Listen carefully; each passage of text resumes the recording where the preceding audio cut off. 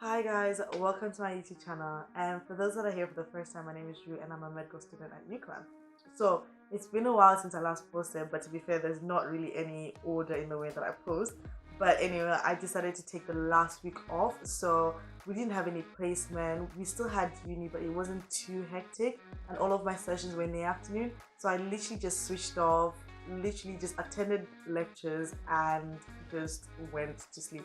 I was literally sleeping like 30 hours a day and didn't have an alarm on. Honestly, it was really nice. I think after having done university for 2 months, being in placement and all these things, it gets really hectic and you just need to switch off. Like, I don't know about other people that only sleep for 6 hours, but I'm trying to capitalize in making for lost time for sleep for increased productivity. But anyway, that's not the point of this video at all.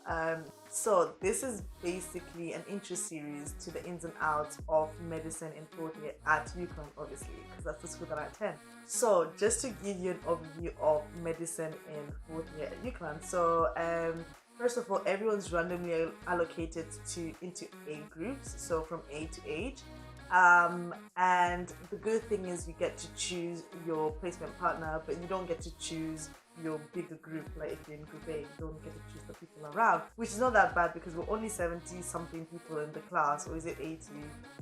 I don't know, but I know it's less than 100, so you probably to some extent know the other person, and there's not too much awkwardness. Obviously, if you don't want to be with someone, you can always text the university and give your reasons, but that's drama that I'm not involved in. So within the age groups, everyone's doing different rotations at different times. So I'll give an example of my group. So I'm in group 8 and this is my sort of like rotation. So first of all, I started with 8 weeks of family health, which is split into 4 weeks of pediatrics and 4 weeks of women's health. And then I've got 8 weeks of surgery, which is split into 4 weeks of which is split into 4 weeks of orthopedics, and then ENT, urology, and ophthalmology in 4 weeks. I don't know how that works out, but yeah, I haven't looked at my timetable that far. And then I've got medicine, and in medicine you've got 8 weeks again, and you go through rheumatology, endocrinology, medicine of older people, and dermatology. And then I finish with mind and body, which is 4 weeks of cancer care and then 4 weeks of psychiatry, and that makes up a full year. And before every block, you usually have a week of introductions. So this is where you have the inductions to the different blocks. You have some of you teaching the different blocks, and you also have to go for the different skills that you need for that block. So for surgery, it makes sense to go and rehearse your scrubbing skills because that's something that you potentially be doing. So this is how I got that week of not doing anything really, because it was such a chilled week. There's no placement during that week, so it's like really zen.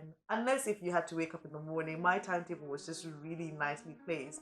But anyway, that's how fourth year is structured into. And then so that's on the level of like the big chunky modules that you have.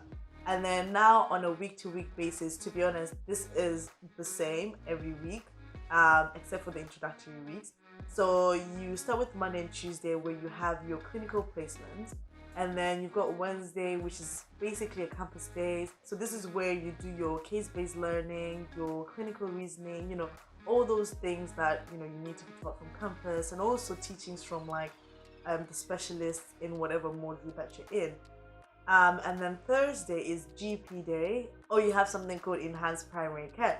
So at the moment, I'm on my enhanced primary care block, which to be honest has been very interesting. I've gone to many interesting places, including a bell house. Yeah, it was very scary. I remember that day so vividly because the supervisor who we were meant to be with was like, oh, wear baggy clothes, don't wear anything revealing because they could be like sexual offenders. I was like, oh my god, where are we going? But it turned out really nice. It was really nice hearing people's stories and like how they've used sports to get back on the right track. So it was so nice.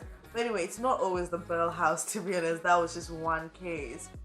It could literally be anything. So I've had podiatry, I've had I don't know. This is bad. It seems like I've not been going for my placement, but trust me, I've gone for all my placements. I just can't remember. But anyway, for the EPC day, for the enhanced primary days, like you have one Thursday where you're free, you've got some Thursdays where you've got placement, and you've got some Thursdays where you basically have like a GP teaching day. So we've had like things like emergencies that can come up in the GP and what to do about them. It's just teaching, and this is through team. That might seem nice and stuff, but when you've been sitting at your desk for like from like 9 to 12, and then get back at like 1:30 to 4, it is very tiring. It's like going to GP anyway. So that's Thursdays. And then Fridays is like our self-study day, or like a day that you do your essays that we have to do, or meet up supervisors, just everything. Or, if you're like me, some Fridays I just go to sleep the whole day because I'm tired. Obviously, you know what? Once in a while you're allowed to, guys. Come on, like, being a medical student is not studying 24/7.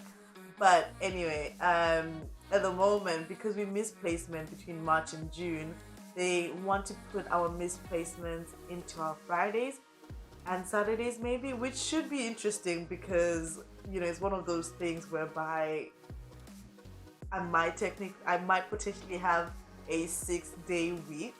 I don't know what time I'm actually having to study and do all these things, but you know what, like, I was having a conversation with someone and they were saying, after this you'll probably become a very resilient doctor. So I'm up for the challenge.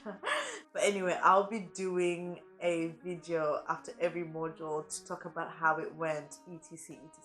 Obviously, I'm starting this a bit late because I am one module in with 2 subdivisions like pediatrics and women's health. But you know what?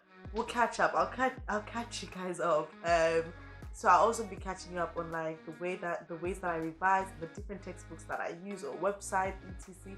So please do stay tuned, but also please do like, comment, subscribe, and share this video with anyone that might find this useful in any way. So anyway, guys, bye.